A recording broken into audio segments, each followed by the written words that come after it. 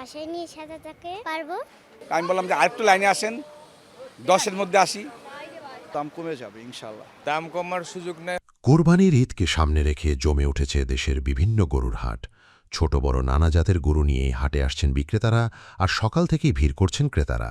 বিক্রেতারা বলছেন, খরচ বেড়ে যাওয়ায় এবার গরুর দাম কিছুটা বেশি, তবে ভারতীয় গরু না আসায় আশাবাদী দেশি খামারিরা।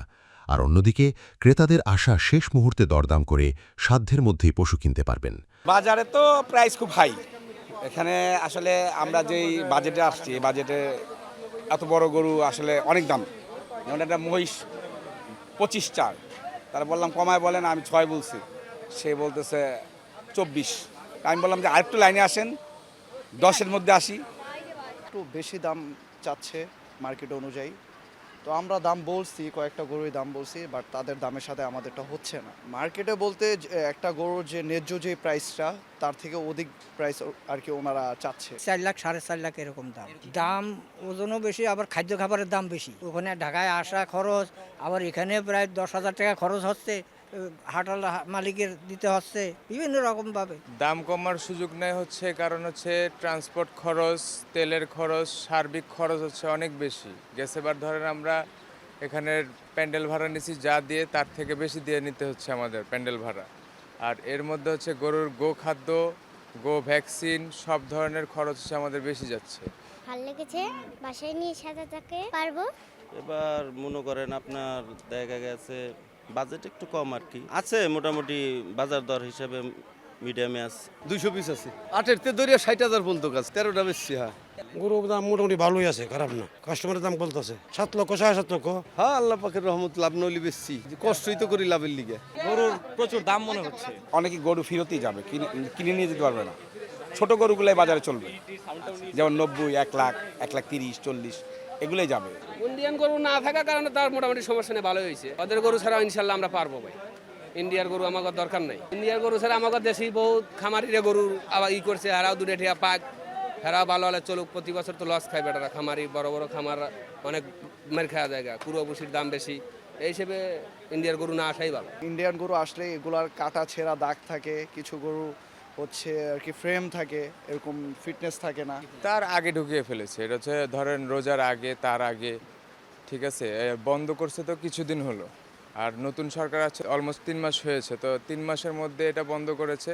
তো ইন্ডিয়ান কালোবাজারের গরুগুলো যদি না ঢুকে, তাহলে আমাদের প্রান্তিক খামারিদের গরুরা ভালো দাম পাবে, এবং আমরা যারা শখে খামার করি তারা ভালো দাম পাবে। এবং গো খাদ্যর দাম, যদি গো ভ্যাকসিনের দাম, তেলের দাম, ট্রান্সপোর্টের দাম, সব কিছুর দাম যদি সরকার কমায় দেয়, তাহলে ধরেন এই ক্ষেত্রে আমরা গরুর দামগুলো কমাতে পারবো। দেখেন দেশে একটা কত বড় একটা ঢল গেল, এই যে সরকার একটা সামাল দিছে, কত কষ্ট করে এত সুন্দর একটা সামাল দিছে। আসলে আমরা তো মনে করছিলাম যে দেশে একটা অরাজকতাই সৃষ্টি হবে।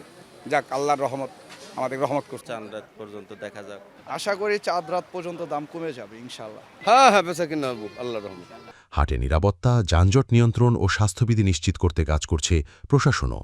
এ বিষয়ে বিস্তারিত জানতে আমরা কথা বলেছি হাট কর্তৃপক্ষের সাথে।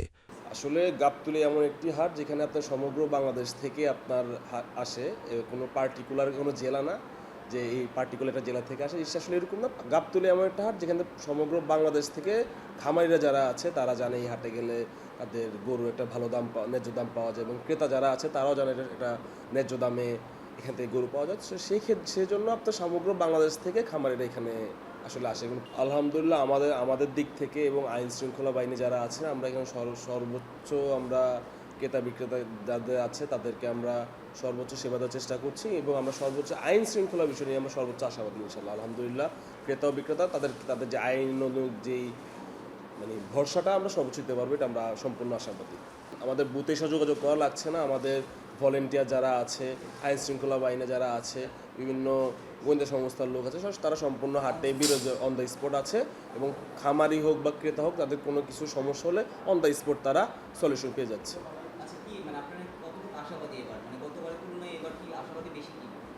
আলহামদুলিল্লাহ আমরা সবসময় আশাবাদী। আমরা আশা করছি ইনশাল্লাহ আমাদের যে কাঙ্ক্ষিত যে গোল সেটটা আছে ইনশাল্লাহ সেটা আমরা অর্জন করতে পারবো। যেহেতু একটা নির্বাচিত সরকার আসছে, ইনশাল্লাহ দেশে আইন শৃঙ্খলা ব্যবস্থা অত্যন্ত ভালো, তো সেই ক্ষেত্রে মানুষ ক্রেতা বিক্রেতা খামারিরা স্বতঃস্ফূর্তভাবে অংশগ্রহণ করছে, বিশেষ করে বিক্রেতারা তাদের কোনো প্রকার ভোগান্তি পোহাতে হচ্ছে না, তারা স্বাচ্ছন্দ্যে হাটে আসতে পারতেছে, কোনো প্রকার কোনো অসুবিধা ছাড়া তাদের গরু তারা বিক্রি করতে পারতেছে। তো এই জন্য খামারিরা বেশি আসছে এবং ক্রেতারাও আলহামদুলিল্লাহ স্বাচ্ছন্দ্যে তাদের গরু ক্রয় করছে। News express, Dhaka.